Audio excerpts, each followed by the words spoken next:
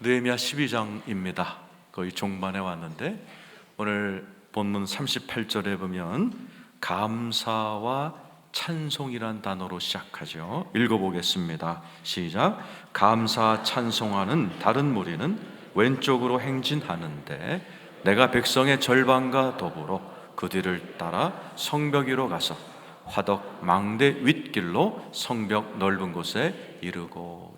감사 찬송하는 무리가 가고 느헤미야는 백성들 절반을 이끌고 그 뒤를 따라서 성벽 위에서 찬양하는 모습을 상상해 보세요. 오늘 본문 전체가 감사, 찬송, 노래, 즐거움이란 단어로 꽉 차 있습니다. 43절 마지막 절 이렇게 기록되어 있죠. 43절입니다. 이날에 무리가 큰 제사를 드리고 심히 즐거워하였으니 이는 하나님이 크게 즐거워하게 하셨습니다. 부녀와 어린아이도 즐거워하였으므로 예루살렘이 즐거워하는 소리가 멀리 즐거워한다는 소리가 4번 나와요. 그것도 심히 즐거워하고 크게 즐거워하고 어린아이도 즐거워하고 부녀들도 즐거워하고 느헤미야와 지도자들은 너무 즐거워서 노래하고. 여러분, 이 도시가 얼마 전까지만 해도 이런 모습이 아니었죠, 그죠? 1장 3절 4절에 보면 이런 모습이었어요.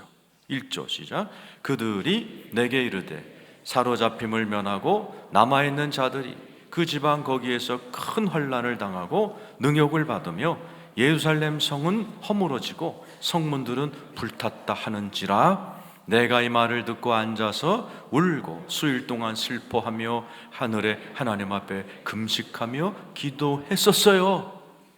이 성이 무너졌고 불탔고 회파됐고 느헤미야는 울고 슬퍼하고 막 밥이 안 넘어가서 금식 기도하는 그런 예루살렘이라는 한 도시가 오늘 즐거워하고 심히 즐거워하고 모든 백성들이 막 성벽을 걸어다니면서 찬송하고 지도자는 백성 반을 끌고 다니면서 찬송하는 이러한 즐거움의 도시로 변해버렸어요. 놀라운 반전이죠. 제 여러분들 가운데에는 이쪽에 있는 분이 인생이 무너지고 불타고 그래서 막 슬퍼하고 울고 이런 분도 계시고, 어떤 분은 즐거워하고 기뻐하고 찬송하는 분도 계실 거예요. 어떤 분은 이 사이에 있는 분도 계실 거예요. 오늘 어마어마한 역전이 일어나는 거예요. 누가 이렇게 하셨을까요?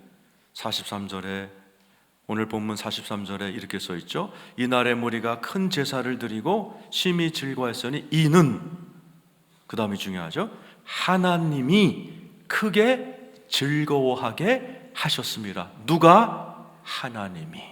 하나님이 이 슬픔의 도시를 크게 즐겁도록 만드신 분이 하나님이신 줄로 믿습니다. 맞아요.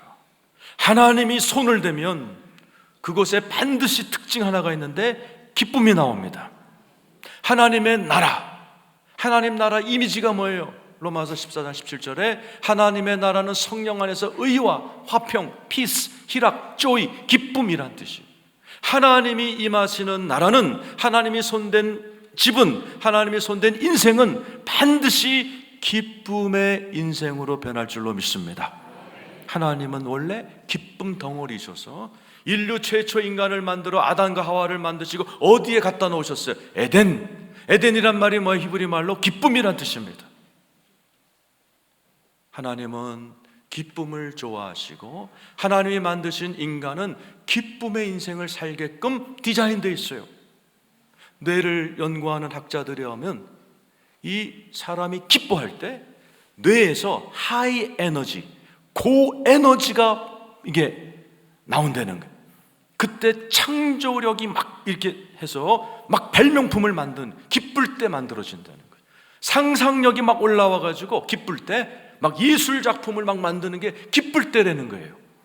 또 기쁠 때, 내 안에서 막 기쁠 때 풍부한 인간관계가 된다는 거예요. 그죠? 화난 사람 아무도 가까이 안 해요. 기쁜 사람을 사람들은 찾게끔 되어 있어요. 내가 기쁠 때 내 안에 어마어마한 것이 이 안에서 움직이면서 내 인생을 풍요롭게 만듭니다. 심지어 오래 살아요. 5대 가족 이야기라는 책이 있어요. 우리 정부와 스위스 정부가 연구를 했어요. 5대가 누구죠? 나, 우리 아들, 손자, 증손자, 고손자 5세대가 함께 사는 집이, 그러니까 10년 전 나온 책이에요. 대한민국에 몇 가정이 있나 조사했더니 24가정 나왔어요. 그래서 그 연구원들이, 한국 연구원들, 스위스 연구원들이 그 집을 딱 방문했어요. 공통점을 묶은 책이 5대 가족 이야기예요. 1번, 첫 번째 공통점이 뭔지 아세요? 기뻐하는 가족이라는 거예요.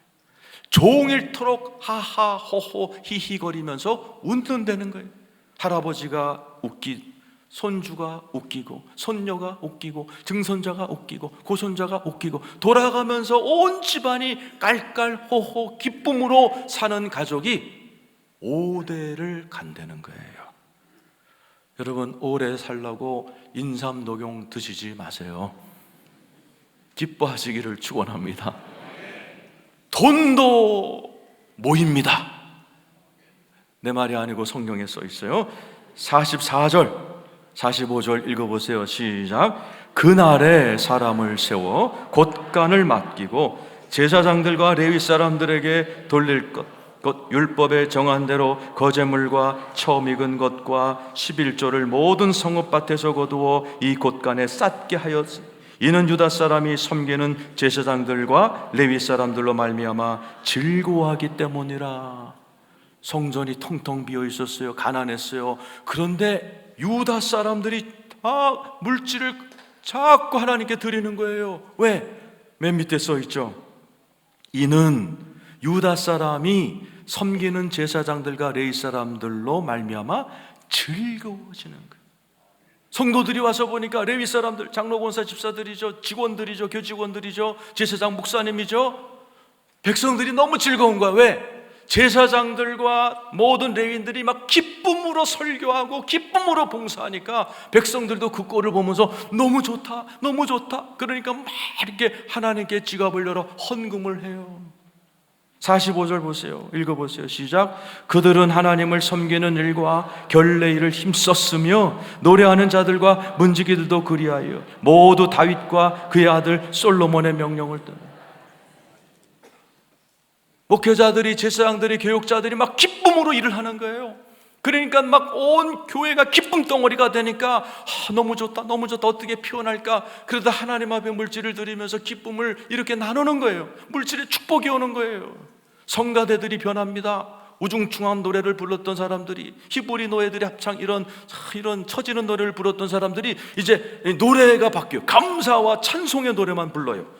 46절 읽겠습니다. 시작. 옛적 다윗과 아삽의 때에는 노래하는 자의 지도자가 있어서 하나님께 찬송하는 노래와 감사하는 노래를 했습니다. 여러분, 성가대원들도, 저 목사지만 목사가 설교를 잘할 때도 있고 죽술 때가 있죠. 할렐루야 성가대도 잘할 때가 있으면 또 이렇게 처질 때가 있어요. 뭐 아멘이에요 거기까지. 근데 하여튼, 그런데 이제는 막 온 백성이 기뻐하니까 성가대가 막 감사 찬송만 하고 기쁨의 찬송만 하니까 성도들이 가다가요 성가대원들한테 막 돈을 주는 장면이 나와요. 47절이죠. 읽어보세요. 시작. 스룹바벨 때와 느헤미야 때에는 온 이스라엘이 노래하는 자들과 문지기들에게 날마다 쓸 몫을 주는 거예요.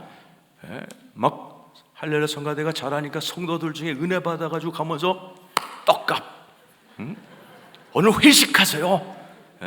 이 찬양단 잘해가지고 여기 계신 어떤 분이 이렇게 떡값 준 걸 내가 들었어요. 너무 기쁘니까 온 교회가 막, 목사님은 기쁨으로 설교하고 찬양대는 기쁨으로 막 하고 문지기들, 사찰 집사들도 막 기쁨으로 어서 오세요, 어서 오세요 하니까 성도들이 막 너무 기쁘니까 오늘 차 한잔 하세요, 오늘 그냥 회식 한번 하세요, 막 이런 막 기쁨의 공동체가 되어버렸어요. 여러분, 어떻게 이런 놀라운 일들이 일어났을까? 이런 놀라운 기쁨의 공동체가 여러분의 가정에, 우리 일터에, 여러분의 교회 안에 일어나기를 축원합니다. 기쁠 때, 창조력, 기쁠 때 장수의 축복, 건강의 축복, 기쁠 때 물질의 축복도 임하는 것을 여러분 믿고 기뻐하시기를 축원합니다. 사람은 원래 기쁨, 에덴 동산 출신이기 때문에 이렇게 슬퍼하면 못 견뎌요. 어떤 방법을 통해서 기쁨을 회복하려고 그래요. 그래서 제일 많이 가는 게 어디예요? 크리스찬들은 술 못 먹으니까 노래방 가잖아요. 근데 노래를 막 10곡 불러도 안 되니까 뭐 탬버린 들잖아요. 그래도 안 되잖아. 여러분, 하나님께서는 우리가 기뻐하며 살기를 원하지만은 그 에덴 동산에 뱀이 찾아와서 기쁨을 다 뺏어갔어요. 그래서 온 인류가 에덴의 동쪽에서 살아요.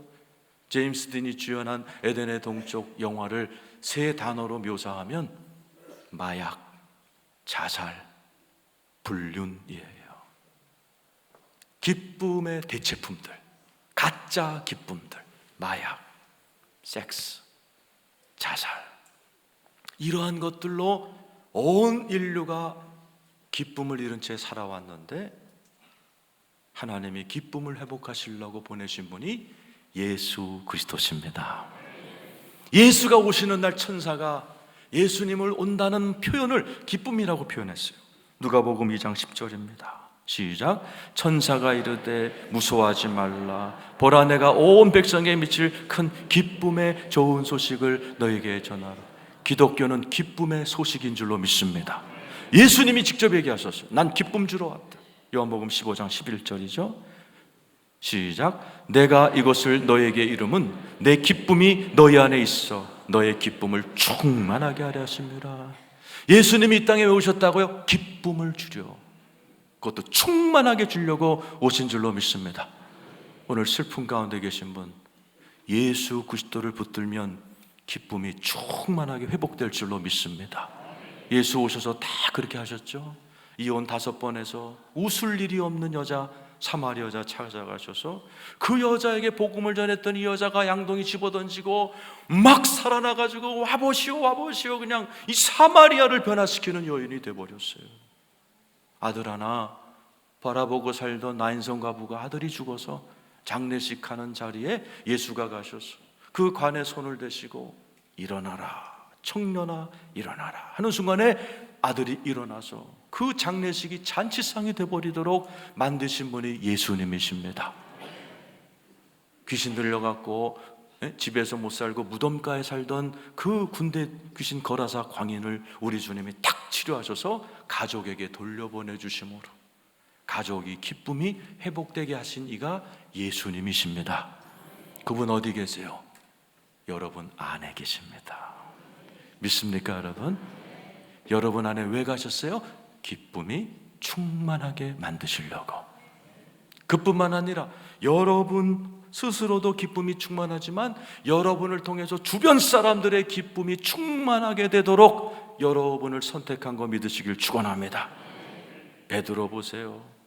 성경에 보면 베드로 통곡도 했지만 기쁨이 충만하니까 성전의 미문에 앉아 구걸하던 사람, 웃을 일이 있겠어요? 뭐 가끔 있었겠죠. 누가 동전 대신에 집해준 날은 잠깐 기뻤지만 그 다음 날도 여지없이 구걸하는 안진뱅이, 웃을 일이 없는 사람을 베드로와 요한이 찾아가서 말하고 그래요. 내게 금과 은은 없지만 내게 있는 건 내게 주니 나자렛 예수의 이름으로 일어나 걸으라 하는 순간에 웃을 일 없던 사람이 걷고 뛰고 찬미하며 기뻐하는 모습이 성경에 기록되어 있습니다. 빌립 집사, 성령 충만, 지혜 충만, 칭찬받는 안수 집사로 뽑힌 이 빌립이 사마리아 성에 가서 복음을 전합니다. 그리스도를 전합니다. 그랬더니 그 슬픔의 사마리아 성이 이렇게 변하죠. 사도행전 8장 8절 시작. 그 성에 큰 기쁨이 있더라. 오늘 이 자리에 계신 한 분 때문에 여러분의 집안이 이렇게 큰 기쁨이 있기를 축원합니다. 일터가 큰 기쁨이 되기를 축원합니다. 우리 성도가 3,000명이에요. 3,000명이 전부 다 기쁨으로 충만하게 되면 어떤 일이 벌어질까요? 대구가 변합니다. 이 자리에 계신 성도님들만 변해도 이 대명동 일대가 우중충한 도시에서 기쁨의 도시가 될 줄로 믿습니다. 그러면 창조력이 나오고 상상력이 나오고 지혜가 나오고 물질이 나오고 오래오래 사는 장수마을로 이 동네도 변화될 줄로 믿습니다. 도대체 느헤미야는 어떻게 이 슬픔의 도시를 기쁨의 도시로 만들 수 있었을까요? 느헤미야는 목사가 아니에요. 공무원이에요. 공무원. 여러분처럼 평신도입니다. 그것도 막 예루살렘을 공격하고 느헤미야를 죽이려고 막 암살하려고 했던 그 어마어마한 시도를 우리가 지난 석 달 동안 배웠잖아요. 그 살벌한 분위기 속에서 느헤미야는 어떻게 52일 만에 슬픔의 도시를 기쁨의 도시로 바꿨는가? 오늘 설교의 핵심이에요. 여러분께서 오늘 이 말씀을 잘 배우셔서 오늘 말씀대로 잘 여러분이 따라가시면 여러분 가정에 어떤 어둠이 있고 슬픔이 있다 할지라도 여러분의 인생에 큰 기쁨이 회복될 줄로 믿습니다. 기뻐하며 사셔야 돼요. 기뻐하며 사셔야 돼요. 자, 사람의 뭔가 다르겠죠? 느헤미야는 겉은 똑같죠. 팔다리가 있고 우리와 똑같지만 속이 다른 거죠. 사람은 다른 사람이 있어요. 특별한 사람이 있어요. 속이 달라. 생각이 다른 거예요. 그 사람의 속에 있는 사상, 특별한 생각, 하나님이 축복하는 그 마음은 말로 표현되게 돼 있어요. 그 사람이 자꾸 하는 말이 있어요. 느헤미야의 생각을 담은 말이 느헤미야 4장 14절이에요. 그게 인생 철학이고 이번에 신앙 고백이고 이것 때문에 느헤미야는 슬픔의 도시를 50일 만에 기쁨의 도시로 바꿔버립니다. 여러분들도 오늘 이 말씀을 잘 이해하셔서 여러분의 삶에도 이런 일이 일어나기를 축원합니다. 읽읍시다. 시작. 내가 돌아본 후에 일어나서 귀족들과 민장들과 남은 백성에게 말하기를 너희는 그들을 두려워하지 말고 지극히 크시고 두려우신 줄을 기억하고 너희 형제와 자녀와 아내와 집을 위하여 싸우라. 느헤미야의 신앙 철학입니다. 앞에 부분에 보면 너희는 그들을 두려워하지 말고, 그들이 누구예요? 느헤미야를 죽이려고 했던 그 나쁜 삼총사 산발랏, 도비야, 게셈, 이 세 사람의 모함을 두려워하지 말고 지극히 크시고 두려우신 줄을 기억하고. 한번 따라서 합시다. 그들을 두려워하지 말고 지극히 크신 줄을 기억하고.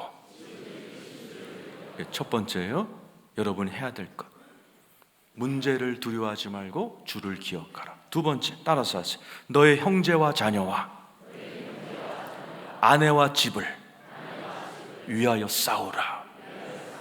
이게 여러분이 해야 될 두 번째예요. 첫 번째, 그들을 두려워 말고 주를 기억하라.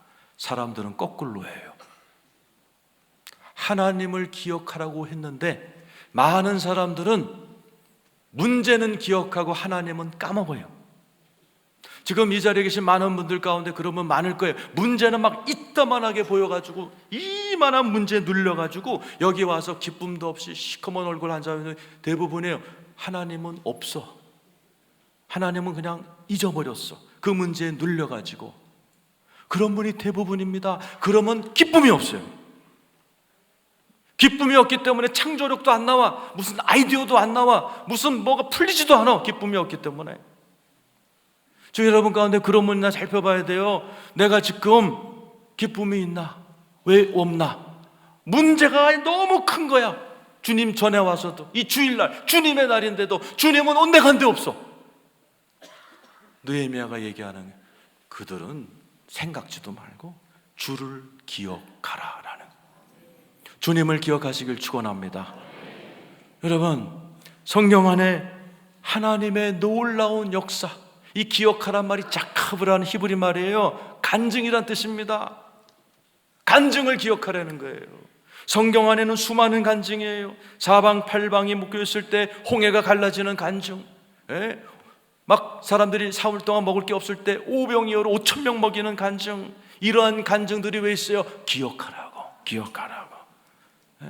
여러분, 예수 믿고 지금까지 수많은 인생을 살면서 하나님께서 여러분에게 베푸신 크고 작은 간증 있으신 분 아멘 해보세요. 그거 기억하는 겁니다. 기억하는 거예요. 여러분, 다윗과 골리앗을 모르는 사람 없어요. 17살짜리 청년 하나가 프로페셔널 군인, 그것도 영어 성경에는 챔피언이라고 돼 있어요. 골리앗을 아주 완전히 격투기의 챔피언이에요. 그 아주 격투기 챔피언을 17살짜리 고1짜리 하나가 가서 무너뜨렸다니까요. 그 비밀이 뭐예요? 기억하고예요. 다윗은 골리앗을 치러 가면서 뭐라고 했어요? 내가 곰을 쳤을 때 도와주셨던 하나님, 사자를 잡을 때 도와주셨던 하나님이 골리앗을 칠 때도 도와주실 겁니다. 사무엘상 17장 36절 37절이죠. 읽어보세요. 시작. 주의 종이 사자와 곰도 쳤은즉 살아계시는 하나님의 군대를 모욕한 이 할례받지 않은 블레셋 사람의 그 짐승의 하나와 같이 되리다. 또 다윗이 이르되 여호와께서 나를 사자의 발톱과 곰의 발톱에서 건져내었은즉 나를 이 블레셋 사람의 손에서도 건져내리시니. 이 신앙 고백을 난 기억한다는 거예요. 내가 곰과 싸웠을 때 도와주셨던 하나님, 사자와 싸웠을 때 나를 지켜주신 하나님이 수많은 군대를 끌고 내 앞에 서 있는 블레셋의 골리앗이라는 프로페셔널 챔피언이 있다 할지라도 하나님이 이기게 해주실 줄로 믿습니다.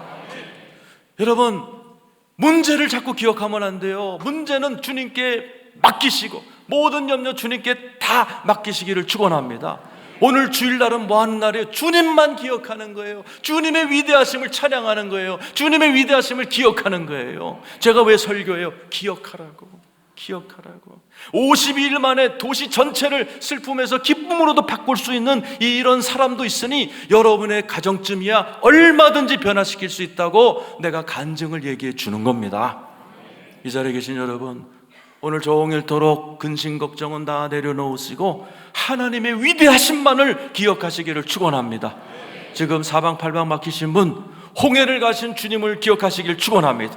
돈 문제 터지신 분, 오병이어로 5,000명 먹이신 주님을 기억하시길 축원합니다. 병 걸리신 분, 죽어서 나흘 되어 막 썩은 냄새 나는 나자로도 살리신 주님을 기억하시길 축원합니다. 그럴 때 내 안에서 믿음이 올라오기 시작하고, 믿음이 올라오면 주님이 믿음대로 역사해 주십니다. 오늘 주님을 기억하는 여러분 되기를 축원합니다. 여러분이 해야 될 것 첫 번째, 두 번째는 뭐였죠? 너의 형제와 자매와 너의 아내와 집을 위하여 싸우라 그랬어요. 따라서 싸우라. 그리스도인들이 꼭 가져야 될 덕목이 있다면 사랑 플러스 싸우라예요. 상반되는 거지만 누구랑 싸우는 거예요? 악한 영적 세력과 싸우라는 거죠. 베드로전서 5장 8절 9절입니다. 읽어보죠. 시작. 근신하라 깨어라 너희 대적마귀가 우는 사자같이 두루다니며 삼킬 자를 찾나니 너희는 믿음을 굳게 하여 그를 대적하라. 이는 세상에 있는 너희 형제들도 동일한 고난을 당하는 줄을 압니다.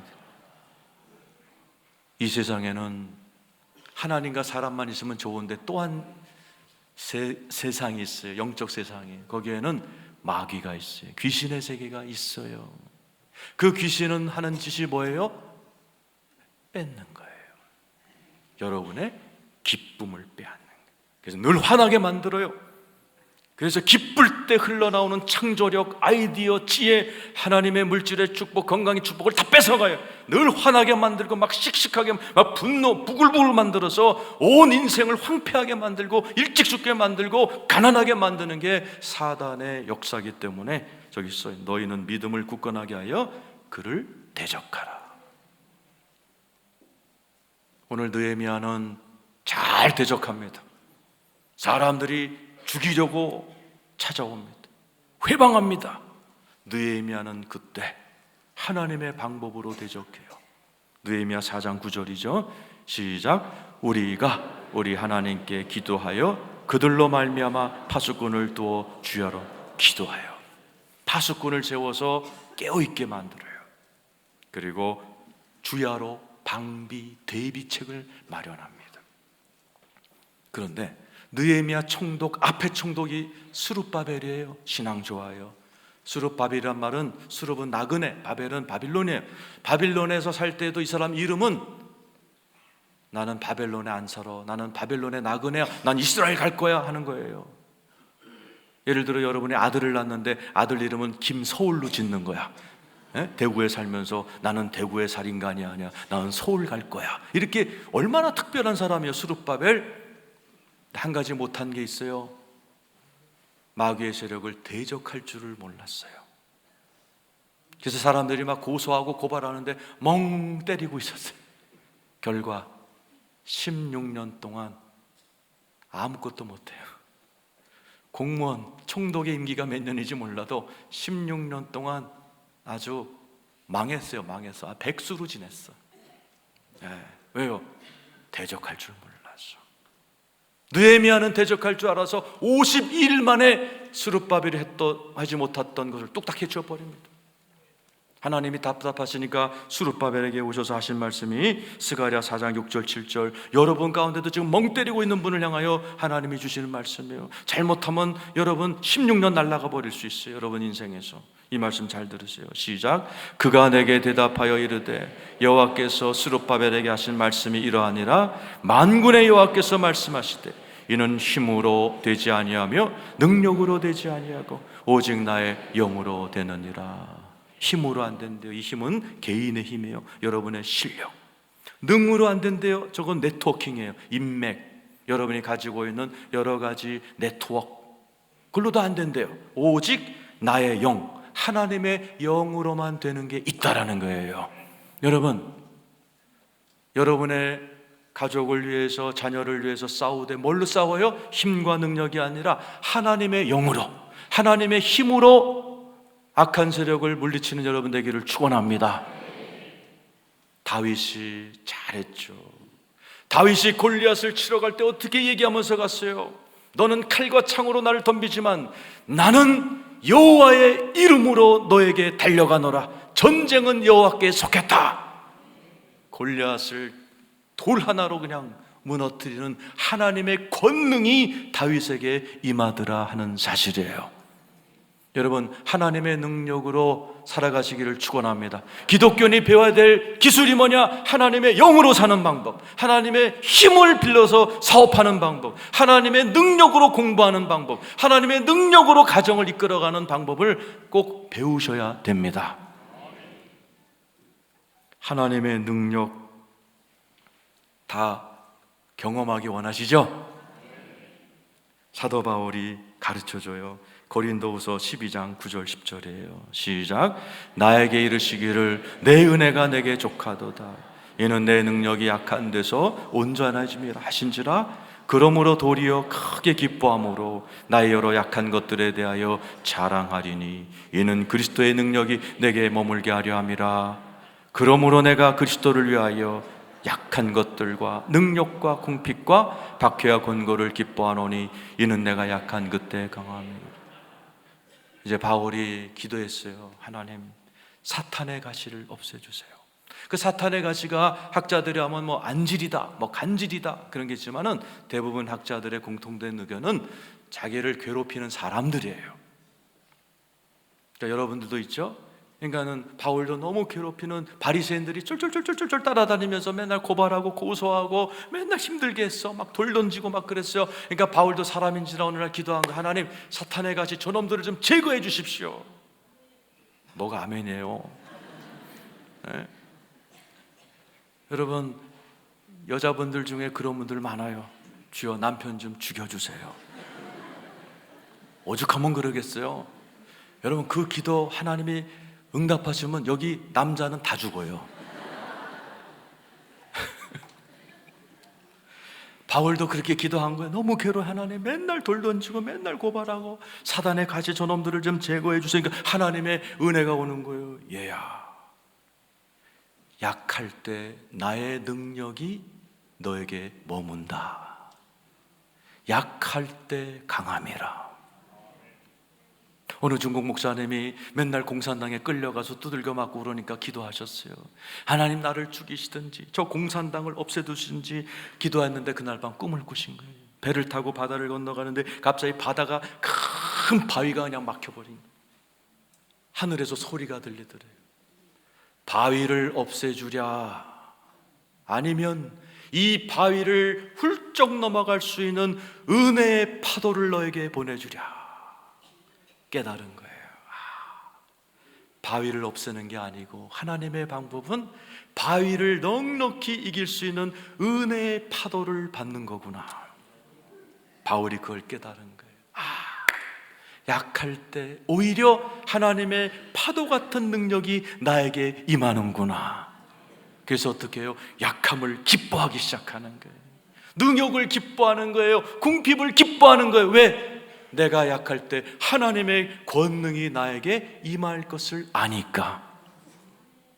여러분, 약한 분 계세요? 궁핍한 분 계세요? 막 사단의 가시 같은 인간들 때문에 힘든 분 계세요? 기뻐하시기를 축원합니다.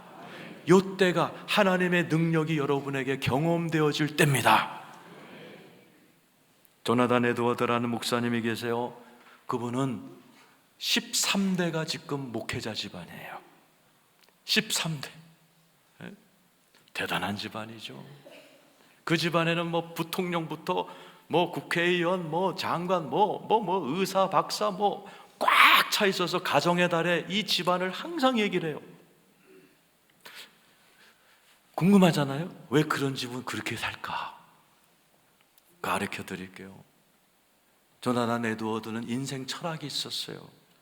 여러분 한번 가슴에 새기라고 저를 따라하세요. 따라서 하세요. 즐거운 일은 즐거우니까 기쁘고, 슬픈 일은 하나님이 기쁘게 만들어 주실 거니까 기쁘고, 최고로 좋은 날은 아직 안 왔으니까 기뻐한다. 알아들으셨어요? 즐거운 거는 즐거우니까 기쁘죠. 근데 막 슬픈 일이 벌어져도 내가 하나님께 기도하면 하나님이 기쁜 일로 바꿔줄 걸 아니까 미리 기뻐하고, 내게 제일 좋은 날, 어느 날? 주님이 오시는 날, 저와 여러분이 천국잔치에 들어가는 날, 그날이 있기에 기뻐하고. 그래서 조나단 에드워드 목사님은요 24시간 365일을 기뻐하셨다는 거예요. 아들, 딸들이 딱 보니까 우리 아빠, 엄마는 맨날 기뻐해. 슬퍼도 기뻐하고 좋아도 기뻐하고. 그러니까 그게 학습되는 거예요. 그 가문이 기쁨 덩어리 가족이 되니까, 아까 얘기했잖아, 기쁘면 창조력이 나오고 아이디어가 나오고, 그러니까 다 공부를 잘하는 거야. 그러니까 다 뛰어난 애들이 되는 거야. 그러니까 다 그렇게 13대까지 하나님이 축복하는 목회자의 집안으로 하나님이 놀라우게 쓰시더란 얘기예요. 여러분의 집안과 비교해 보세요. 여러분의 집안에는 기쁨 덩어리인지 싸움 덩어리인지. 오늘 말씀을 들으신 여러분, 기쁨으로 살아가시길 축원합니다. 아이 목사님은 우리 집안의 형편을 몰라서 그래요. 우리 집은 기뻐할 수가 없어요. 그런 분을 위해서 한 분 얘기하고 마칠 거예요. 최건능 목사님이라고 해서 예수천당 불신지옥을 외쳤던 부흥사입니다. 근데 그 가정에 어려움이 왔어요. 셋째 아들이 갑자기 일본 놈들한테 맞아 죽었어요. 그 유명한 노구교라는 다리에서 사건이 일어나서 중국 사람이 잘못돼서요 일본 사람들 열받아갖고 중국인들 107명을 때려 죽인 사건이에요. 근데 최건등 목사님의 셋째 아들이 꼭 중국 사람처럼 생겼어요. 일본 애들이 중국인인 줄 알고 때려 죽인 거야. 그런데 그 다음 주에 노회가 있어요. 목사님들의 모임이 있었어요. 그러니까 목사님들은 다 이제 어떡하냐, 우리 최건능 목사죠, 시험 들면 어떡하나, 저 슬퍼하면 어떡하나, 그래갖고 자기들끼리 막 위로하고 막 어떻게 해주려고 막 이렇게 하고 이제 이제 예배가 딱 시작됐어요. 최건능 목사님은 막 박수 치면서 찬양하고 얼굴이 태양처럼 빛나는 거예요. 막 기뻐하는 거예요. 그러니까 목사님들이 이 정신이 돌았나 보다. 그래서 조심스럽게 물어봤대요. 최 목사 힘들지? 그 유명한 최건능 목사님의 대답을 설명해 드릴게요. 아니요, 이 세상은 온 나라가 일제치하의 감옥인데 천국 갔으니 감사합니다. 예수 믿는 사람은 항상 기뻐함이 마땅합니다. 그 유명한 일화입니다. 지금 여러분 가운데 자식이 일본 놈들한테 맞아 죽은 사람 있어요? 일본 사람한테 오해 맞아 죽어도 기뻐할 수 있는 게 내 안에 계신 예수님의 능력입니다. 항상 기뻐하시길 축원합니다. 즐거우세요? 기뻐하세요. 슬프세요? 예수님이 기쁜 일로 바꿔주실 테니까 기뻐하세요.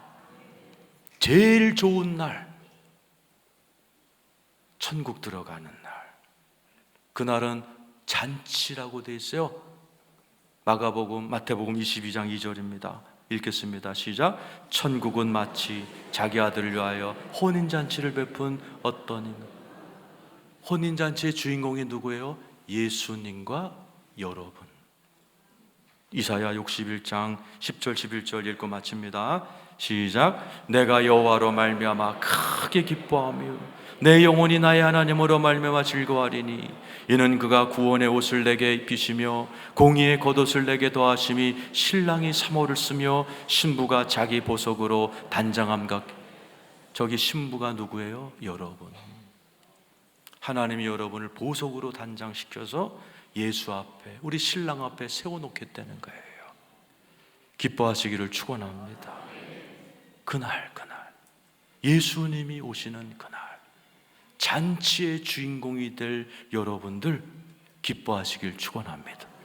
그날까지 예수님 붙들고 즐거우면 즐거워하고 슬퍼도 믿음으로 기뻐하고 이 날을 바라보며 기뻐하는 여러분 되기를 축원합니다.